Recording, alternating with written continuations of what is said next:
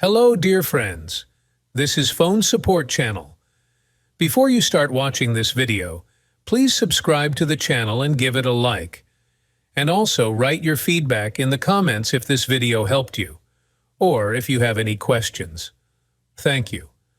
In this video, I want to show and tell you how you can change the name in your Game Center on your iPhone. In order to do this, you have to go into your iPhone settings. Now here we go down a little bit lower and we find the item, Game Center. And here we just click on the nickname and we can change it. I want to change it to this one, for example. This nickname is taken. I'll add a letter. This nickname is not taken. We can also click here and view our profile. As you can see, it's a very quick and easy way. Done. There is nothing complicated. If you liked this video, put likes and subscribe to the channel.